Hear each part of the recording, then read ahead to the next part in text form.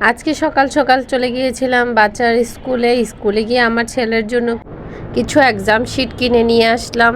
স্কুলের পাশে যে বেস্ট বাইগুলো থাকে, আসার সময় এক ভাবির আবদারে ওখানে ঢুকে গিয়ে তো দেখি এত সুন্দর সুন্দর জিনিস, চোখ ফেরানো যাচ্ছিল না। তো ভাবি ওখান থেকে কিছু কেনাকাটা করলো, আর আমি এখানে কিছু ওয়াটার বোতল দেখছিলাম আমার ছেলের জন্য। অনেক দিন তো স্কুল বন্ধ, এতদিন মাঝখানে যে স্কুল খুলেছে তখনও আমি পাঠাইনি, কারণ যেহেতু আমরা বাড়িতে গিয়েছিলাম ঈদের সময়, ওখান থেকে আসার পরও বাচ্চা অনেক টায়ার্ড ছিল আর এত বেশি গরম ছিল বাহিরে, তারপর আর স্কুলে পাঠাতে ইচ্ছে করেনি।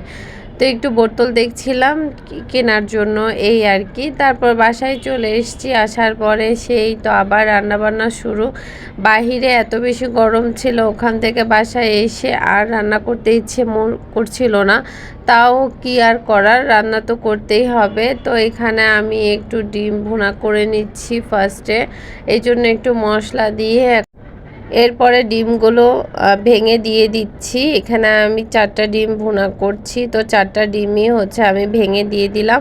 তারপর একটু লবণ দিয়ে, তারপরে সামান্য একটু পানি দিয়ে আমি ডিমগুলো ভুনা করে নিয়ে নিচ্ছি ওদিকে। তো এই যে হয়ে গিয়েছে প্রায়। আর অন্য পাতিলে হচ্ছে আমি একটু লাউ রান্না করব, এই জন্য এখানে হচ্ছে আমি লাউটা রান্না করে নিচ্ছি। চিংড়ি মাছ দিয়ে আজকে লাউ রান্না করছি।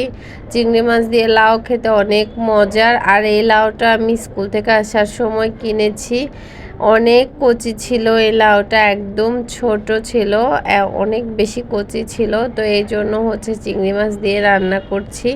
আপনারা কে কী দিয়ে রান্না করেন জানাবেন তো কমেন্ট করে। তারপর এখানে হচ্ছে আমি একটু শাক রান্না করছি, অনেক দিন ধরেই শাক খাওয়া হয় না। তারপর এখানে হচ্ছে আমি একটু পাট শাক রান্না করছি। আমাদের চট্টগ্রামে আমরা মাঝে মাঝে এইভাবেই শাকটা রান্না করে খেয়ে নিই, কোনো বাগার টাগার কিছু দিই না।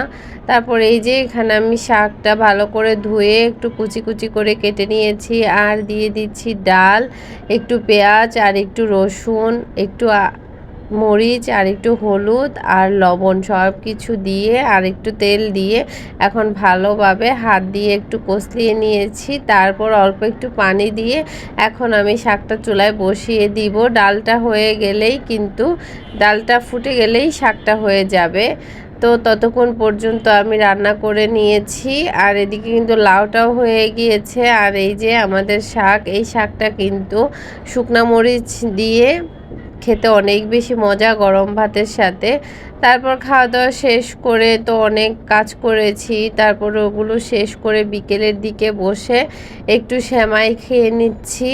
এটা কালকের বানানো নবাবী সেমাই, ফ্রিজে ছিল, তো এখান থেকে একটু খেয়ে নিচ্ছি। এটা অনেক বেশি মজা হয়েছে।